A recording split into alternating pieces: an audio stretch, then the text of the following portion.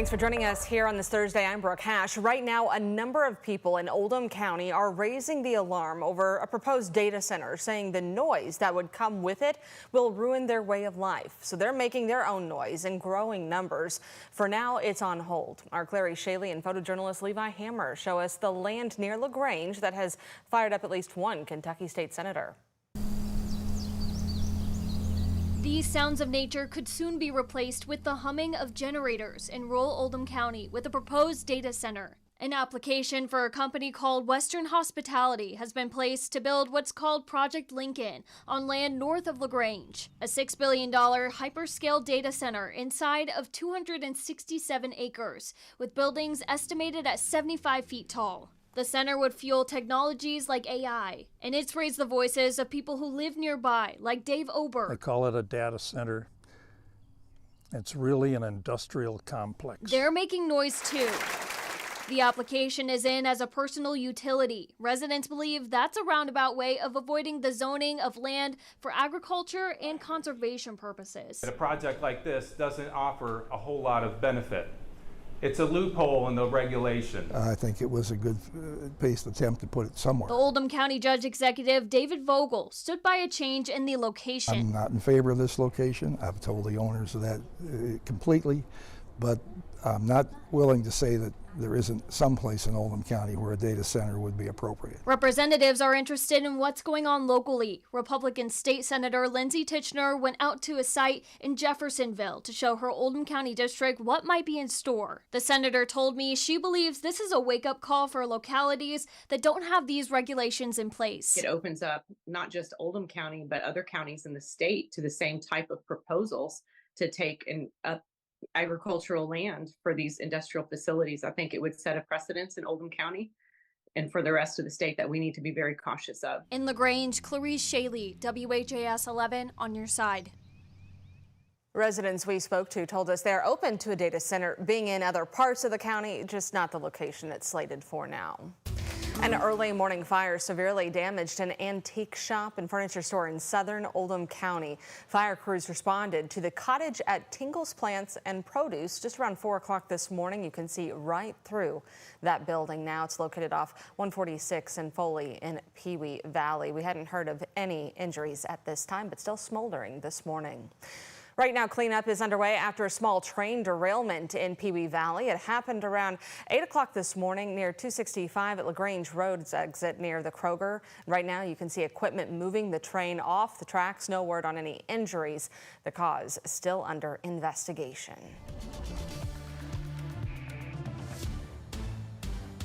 All right, taking a look at some of the weather that might impact your afternoon and evening commutes, Matt. We are looking at some rain on the way. That's right. Yeah, we had a very sunny start to this week, but now we're starting to see some clouds arriving across Kentuckiana, along with some scattered rain showers. The good news, though, we are expecting a very nice weekend. But before we get there, we do have to deal with this cloudy and rainy pattern. You'll notice right now we're starting to see some rain showers across downtown Louisville with temperatures in those lower 70s. The rest of us outside the city, we've got temperatures ranging from the upper 60s to the lower 70s. You'll notice just across the Ohio River in southern Indiana, 63 near Paoli, 69 guys near Seymour, 65 Scottsburg, 64 for Hodgenville, and 70 for you folks near Shelbyville. So on satellite and radar, you'll notice across all of the Ohio Valley, we're caught in between the steady amount of cloud cover along with these scattered showers continuing to develop just across Kentuckiana. So you folks there in southern Indiana now starting to see those showers arrive with you. That's going to be sticking around as we go throughout the course of our afternoon hours. Cloudy skies for us here on the Kentucky side. We're going to see those showers really develop as we go later on into the afternoon hours as well. Some brief periods of some moderate to heavy rainfall are going to be possible, and we do have a few small chances for just some of those lingering small thunderstorms that will be passing through. We're not expecting any severe weather, but there is a chance that we will hear a few rumbles of thunder as these storms continue to make their way across Kentuckiana, bringing in those scattered showers. But as I mentioned, behind this, we have a very nice weather pattern ahead for our Friday and into the weekend. All those details will be coming up here in just a few short minutes. Matt, thank you. Authorities are investigating after a woman was shot to death in southern Jefferson County. Police found her on Newport Road just off Faganbush Lane around 4 o'clock yesterday afternoon. As of now, no arrests have been made, so if you have any information about this shooting, please call the LMPD tip line at 574-LMPD.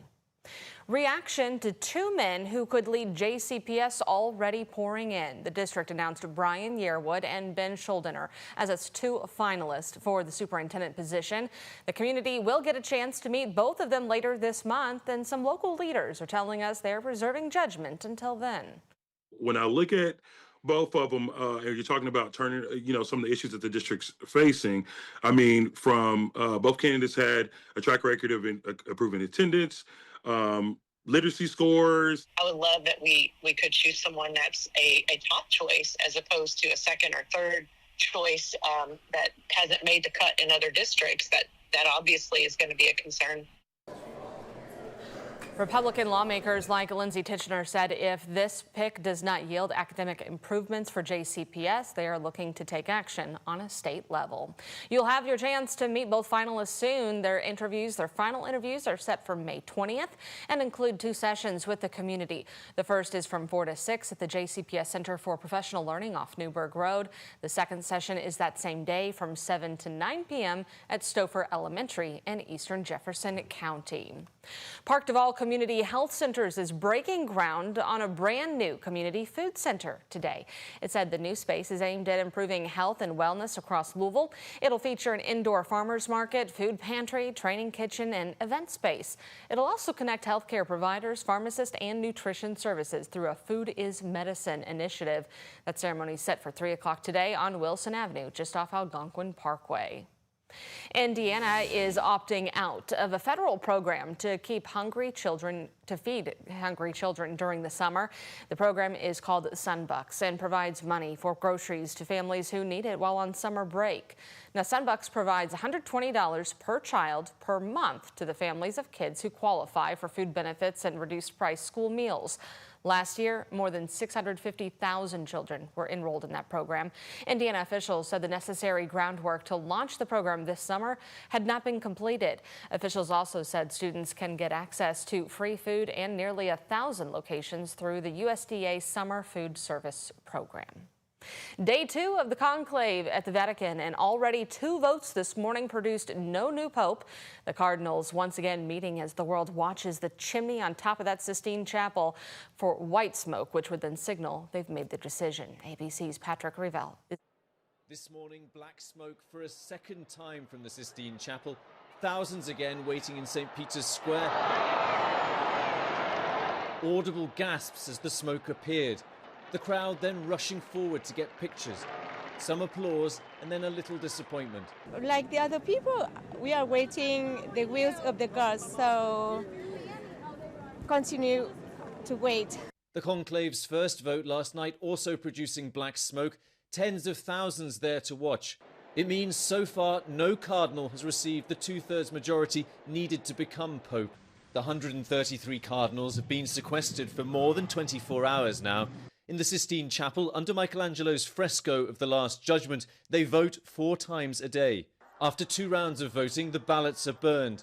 Among the possible frontrunners to replace Pope Francis, Italian Cardinal Pietro Parolin, Francis's Secretary of State, Cardinal Luis Tagle of the Philippines, another Italian Cardinal Matteo Zuppi, and Cardinal Pier Battista Pizzaballa, the Patriarch of Jerusalem. There isn't any one clear frontrunner apart from the Secretary of State, an Italian named Parolin, who's been at Francis's side throughout his papacy, but he's not a man of particular charisma. Patrick Revelle, ABC News, Vatican City.